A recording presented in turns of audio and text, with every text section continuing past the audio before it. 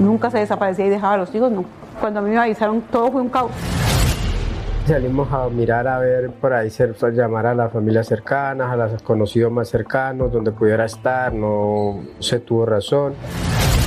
Nosotros comenzamos por redes sociales a publicar una foto de ella, de que estaba desaparecida. La imagen se vuelve muy viral.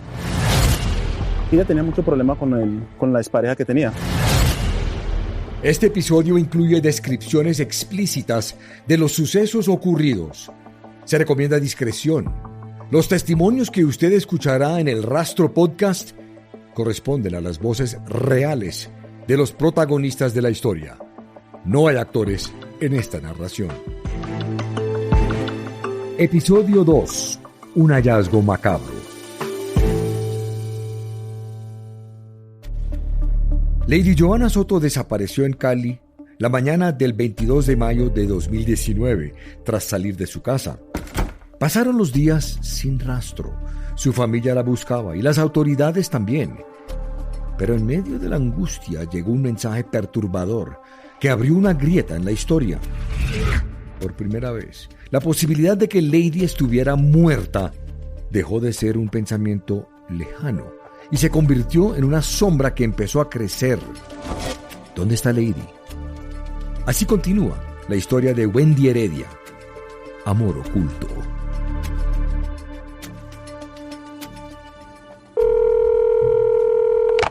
¿Anda en busca de su hermana todavía? Sí, todavía no aparece. ¿Quién eres? Soy Jefferson. Mi vida, su hermana la mataron y la tiraron al río Cauca, con el muchacho que la mataron a ella. Ese mensaje que llegó al celular de Marley Muñoz, hermana de Lady Johanna Soto, sacudió a toda la familia, los llenó de miedo, de preguntas sin respuesta, y para las autoridades fue una alerta. Algo más había detrás de la desaparición de Lady. Mientras en Cali la familia de Lady intentaba entender el mensaje que había llegado, en el municipio de Chinchiná, Caldas, a varios kilómetros de allí, se gestaba un hallazgo que cambiaría el rumbo de la investigación. Así es, Manuel. El 27 de mayo, hacia las 4:30 de la tarde, un pescador de esa población encontró el cuerpo sin vida de una mujer flotando en el río Cauca. Rápidamente las autoridades se trasladaron al lugar de los hechos. El primero en llegar fue el subintendente Paulo Andrés Alvarado Murillo, perito de la policía de Caldas. Cuando nosotros llegamos se encontraba en este lugar en posición de cúbito dorsal. Según el testigo del pescador que halló el cuerpo venía flotando por donde va el madero y llegó hasta este punto. El pescador que estaba en este sector lo observó y lo orilló aquí y dio posterior aviso a las autoridades. En la investigación también participaba José Ante, intendente de la Policía Nacional. ¿Qué características tenía el cuerpo sin vida que fue hallado en el río Cauca? Se trata de un cuerpo sin vida, de sexo femenino, estaba semidesnuda. El estado del cuerpo dificultaba el trabajo del subintendente Alvarado y el equipo forense. Cada detalle era un reto. La identificación no sería sencilla y las respuestas parecían hundirse entre el silencio del río. El cuerpo se encontraba en avanzado estado de descomposición, ya con parte de reducción esquelética en el cráneo y en las extremidades. El avanzado estado de descomposición no permitía observar signos de violencia que hubieran sido causados por un factor humano o un factor accidental. Mientras tanto, el intendente José trabajaba en establecer cuánto tiempo llevaba el cuerpo en el río. Alrededor de una semana posiblemente. En este tiempo es suficiente para que los animales carroñeros y hayan hecho esas laceraciones en la parte facial de la femenina.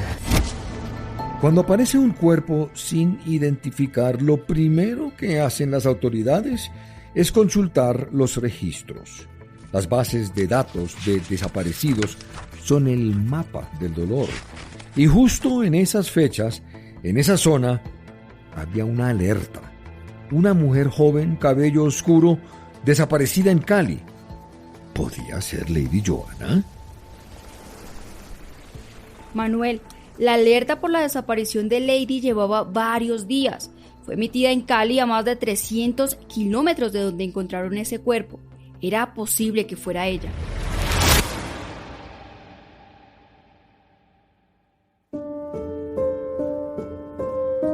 Wendy, con esa noticia en Caldas, se abrió una herida para Diego, el hermano de Lady, ¿verdad? Sí, la búsqueda había terminado. Ya me llegó el reporte que hay un cuerpo que semeja a las características de Lady. Tenemos que hacer las gestiones para viajar hasta Chinchiná para ir a reconocer el cadáver. Son imágenes que uno no quisiera borrar de la cabeza. Tal vez nunca verlas visto. Estaba en un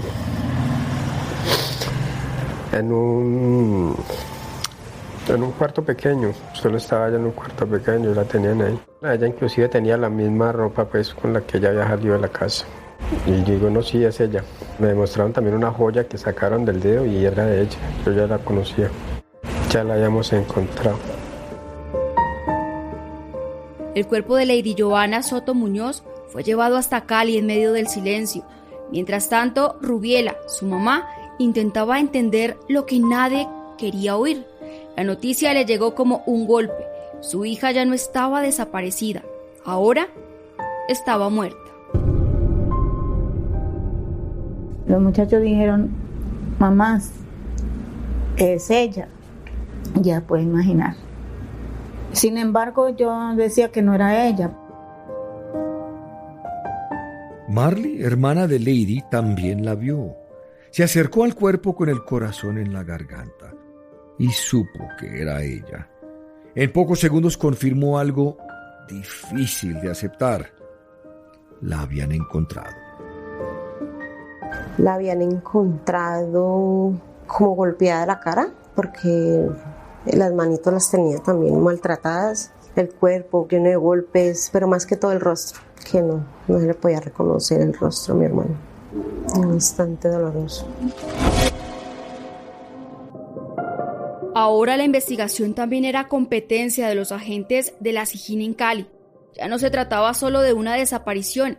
El capitán Eliodoro Barrera, jefe del grupo investigador, reconocido por su mente meticulosa, asumió el caso con la precisión de quien sabe que en crímenes como este, los detalles lo son todo. El capitán comenzó a recorrer de nuevo los pasos de Lady. Por eso llegó hasta su vivienda en el barrio El Naranjo, en Cali. Este es el lugar o la vivienda de donde sale ese día en horas de la mañana. Según información aportada por familiares, había dejado a sus hijos, lo que nos indicaba que regresaría pronto. La pregunta era con quién salió y a qué actividad salió a realizar. Una testigo nos manifiesta que en este sector, en esta esquina, había llegado un taxi a recoger a Lady y que la persona que llegó a recogerla se observaba como si estuvieran discutiendo. Hay una persona que nos da una versión sobre quién se pudo haber llevado a Lady, que manifestaba que era una persona con textura delgada, moreno, que le había subido por la fuerza al vehículo. Otro testimonio nos indicaba que Lady se había subido a un vehículo tipo taxi con una persona, una con textura un poco más robusta, digamos gorda, de tez blanca. Wendy, a partir de ese momento las autoridades volcaron todos sus esfuerzos en identificar a las dos personas que, según los testigos, pudieron estar con Lady por última vez, además del taxi en el que, al parecer, se fue de ese lugar. ¿Y sabe qué es lo peor, Manuel? Si esas dos personas eran John Alexander o Yesid López, tal vez Lady nunca tuvo oportunidad de escapar. Por eso el capitán Barrera y su equipo ampliaron las pesquisas. Nosotros empezamos a indagar con familiares a ver qué personas cercanas a Lady podrían tener de pronto estas características similares. Se podía presumir de que se tratara de alguien conocido, cercano a Lady. Con la descripción de uno de los sospechosos, las autoridades llegaron a la expareja sentimental de Lady, John Alexander Zamora. En medio de la investigación, el capitán Barrera fijó su atención en un detalle sobre este hombre. Se logró determinar que el sistema de trabajo de él era servicio de taxi.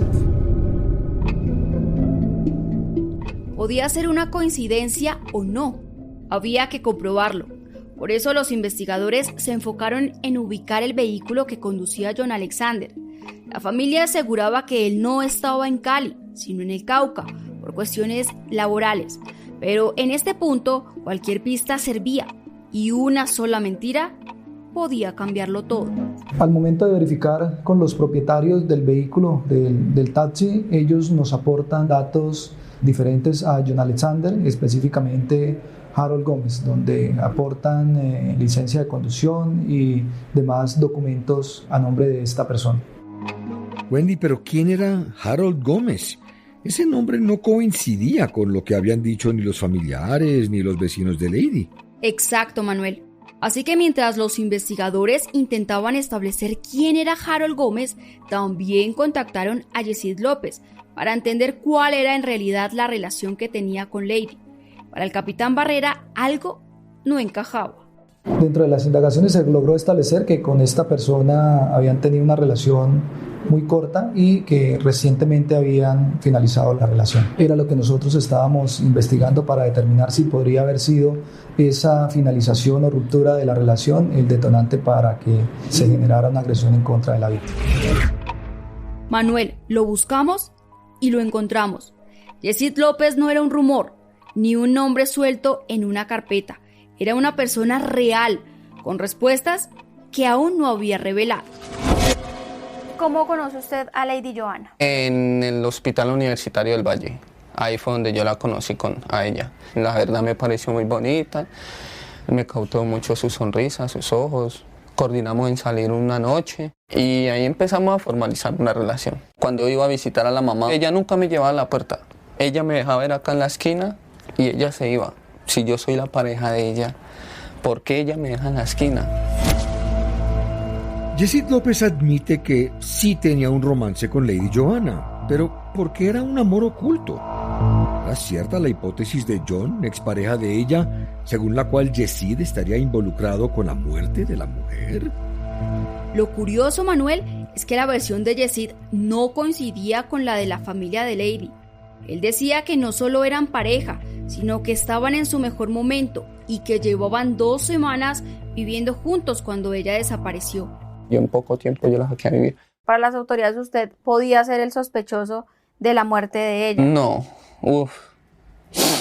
imposible. Nunca se me pasó por la mente hacerle daño a Lady, ni agredirla, ni física, ni mental, ni psicológicamente. Tuve una buena relación, un buen comienzo, cosa que se acabó rápido. Para las autoridades, Yesid no encajaba en el perfil de un hombre peligroso.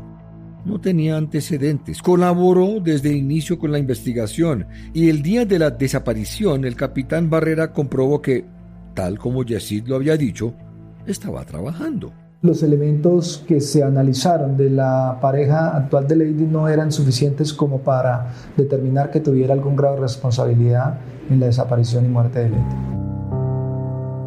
Pero el hecho de que Lady ocultara su relación generaba dudas. Sin embargo, Yesid tenía una explicación.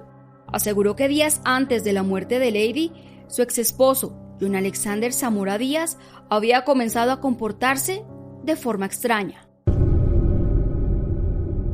Ella me había dicho en ese tiempo, estemos en la jugada porque él está averiguando quién es usted, él quiere saber quién es usted. No, pues es que es por ese man, que es que ese man de pronto te ve, ese man es muy rencoroso. Yesid habló también sobre un hecho que le ocurrió una tarde mientras caminaba en la calle con Lady. En ese momento había un taxi, yo vi un taxi parqueado en la esquina, pero yo no me percato.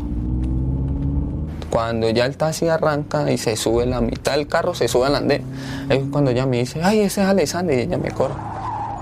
Cuando ella me corre, el retrovisor a ella le alcanza a pegar. Y él siguió de largo. Y nosotros pues corrimos. Wendy, entonces, según Yesid, John Alexander Zamora había intentado arrollarlos con un taxi. Lady, por miedo a sus reacciones, habría preferido mantener su nueva relación en secreto. Y fue justo allí cuando las piezas empezaron a encajar. Por eso, Manuel, los investigadores tomaron contacto con el dueño de ese taxi que supuestamente manejaba John. ¿Lo recuerdan?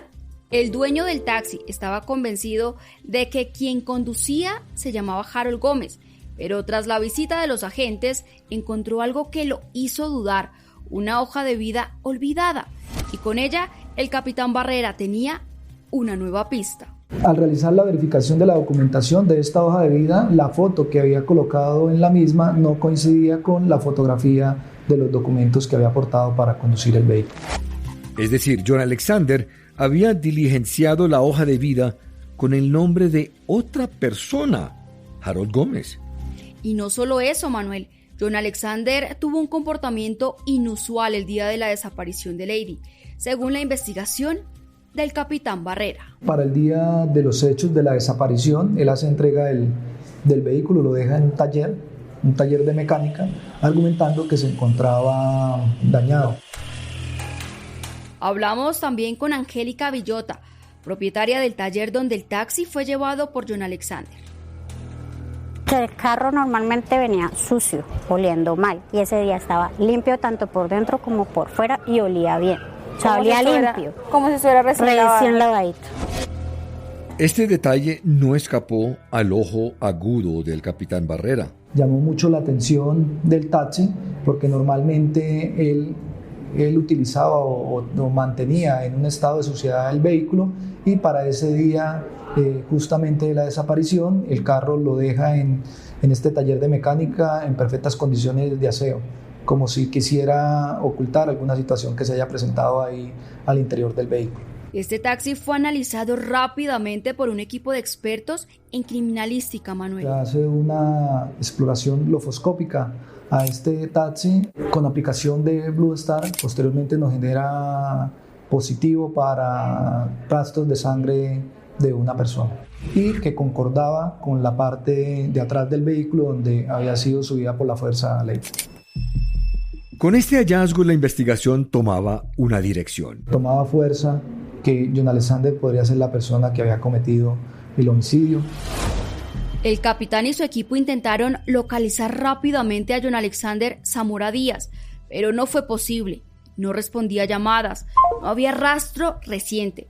Así que recurrieron a un método silencioso, pero efectivo, uno que rara vez falla: seguir el rastro de su teléfono. Se logra determinar un número telefónico el cual portaría John Alexander. Se realizaron una interceptación de comunicaciones a él y a un familiar en aras de escuchar alguna comunicación en la que pudiera referir algo sobre lo acontecido con relación a la muerte de Lady. Y una vez las líneas de comunicación fueron interceptadas, logramos determinar que él, al día siguiente de la desaparición de Lady, se ubicó en el municipio del Cauca. John no se había ido al Cauca antes de la desaparición de Lady, como le había hecho creer a la familia de ella. Se fue el mismo día. Para los investigadores, nada en su comportamiento parecía casual. Todo estaba medido, calculado, tanto que durante meses no hubo ni un solo movimiento de su parte. Solo silencio. Todo el tiempo estaba en una zona rural de Corinto, donde era difícil acceso para nosotros por la presencia de grupos armados ilegales. Pero el 15 de octubre del año 2019, 5 meses después del homicidio de Lady Soto Muñoz, el silencio se rompió. Una llamada hecha por un familiar lo cambiaría todo. Fue breve, pero suficiente para dejarlo al descubierto. En una de las comunicaciones interceptadas, la cuñada llama al hermano indicándole que su hermano acaba de llegar en un estado de ebriedad a la residencia. Nos da una ubicación en Santander de Quilichao, donde con equipos de ubicación logramos determinar cuál era la vivienda que se encontraba este sujeto. Ese mismo día los investigadores emprendieron el viaje hacia Santander de Quilichao. No sabían con qué se iban a encontrar. Era como seguir una pista que aún no estaba del todo clara, pero olía a verdad. Esa que por fin empezaba a salir a la superficie.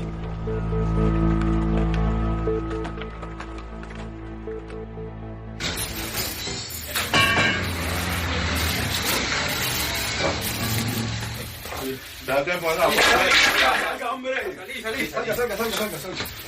¿Le pasa? Una vez se ingresa al inmueble y se logra ubicar a John, trata de ocultarse debajo de una de las camas, pero pues por su contextura era evidente el lugar donde se estaba queriendo ocultar de las autoridades. La casa era de 2 pisos, amarilla, con escaleras externas y rejas negras. John no dijo nada al ser capturado. Llevaba una camiseta gris, sudadera vino tinto y la mirada clavada en el suelo. Los uniformados lo trasladaron a Cali. No habló en todo el camino y ese silencio parecía resignado, como si supiera que ya no había vuelta atrás. Fue puesto a disposición de un juez de control de garantías, quien legalizó su captura. Desde muy cerca, el capitán Barrera observaba cada movimiento, convencido de que finalmente las piezas comenzaban a encajar. En las audiencias preliminares llevadas a cabo en la ciudad de Cali, él no acepta los cargos que se le imputaban por el homicidio y desaparición de Lady. Los familiares de Lady también asistieron a esas audiencias. Diego, su inseparable hermano, enfrentó el dolor de ver a John Alexander, de escucharlo, de estar a pocos metros del hombre señalado por la justicia. No fue fácil.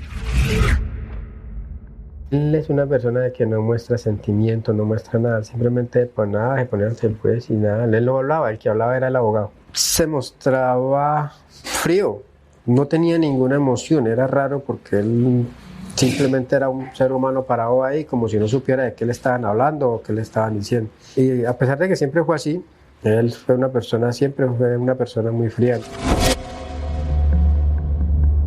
Sin embargo, en el transcurso del proceso, durante una de las audiencias y ante la abrumadora evidencia presentada por la Fiscalía, John Alexander decidió aceptar su responsabilidad en el crimen de su excompañera sentimental, Lady Johanna Soto Muñoz. No hubo justificaciones, solo un reconocimiento tardío, que no borrará el daño para Diego y su familia, pero confirmaba toda la verdad. Estábamos en el estrado y el abogado dice, no, es que mi cliente quiere negociar con la Fiscalía. El 20 de enero del año 2020, John Alexander Zamora fue condenado por el Juzgado Séptimo de Ejecución de Penas y Medidas de Seguridad de Cali a 35 años y 6 meses de prisión por el feminicidio de Lady Johanna Soto Muñoz. Para el capitán Barrera y su equipo, la investigación detallada dio frutos. La motivación de John Alexander se basa básicamente en temas relacionados con celos, teniendo en cuenta que su pareja sentimental se había hecho un procedimiento quirúrgico denominado bypass y mejoró su apariencia física, lo que a él le empezó a generar celos y Lady Johanna le pudiera prestar atención a otra persona.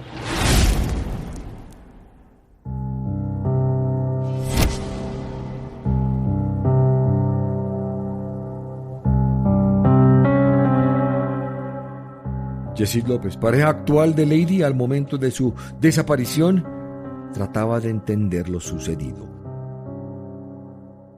Como dice el dicho, si no eres para mí, no eres para nadie. Yo creo que él aplicó eso.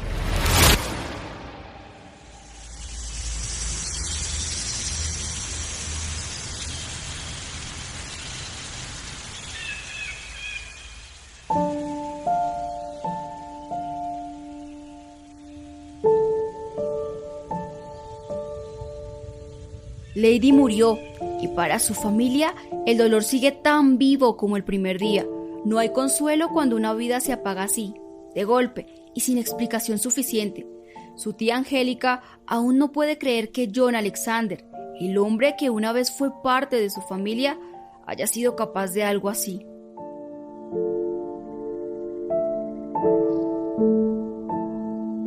Que se arrepienta y que le pida mucho perdón a Dios y a sus hijos, porque al que les ha hecho más daño fue a los hijos. La extrañamos. Siempre va a vivir en nuestros corazones porque nunca la vamos a olvidar. Nunca. Marley y Diego, los hermanos de Lady, la lloran todos los días. No hacen falta fechas especiales ni aniversarios. El duelo se cuela en lo cotidiano, en una prenda guardada, en una foto que aún no han podido bajar de la pared.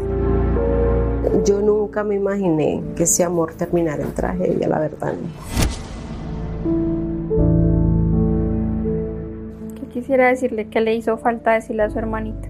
Que me perdone por no haberla cuidado más, por haberla dejado sola en algún momento. La adoro. Que la partida de ella seguirá doliendo quién sabe por cuánto tiempo más. Rubiela, la mamá de Lady, se quedó esperándola para su cita médica. Aún guarda el recuerdo de ese día, como si algo dentro de ella supiera que Lady no volvería. Yo daría la vida por tener otra vez a mi hija. Y dice que va a ser difícil recuperarse, porque cuando la ausencia es tan violenta, no se supera. Se sobrevive. No hay justicia que repare lo perdido, ni sentencia que devuelva lo que ya no está.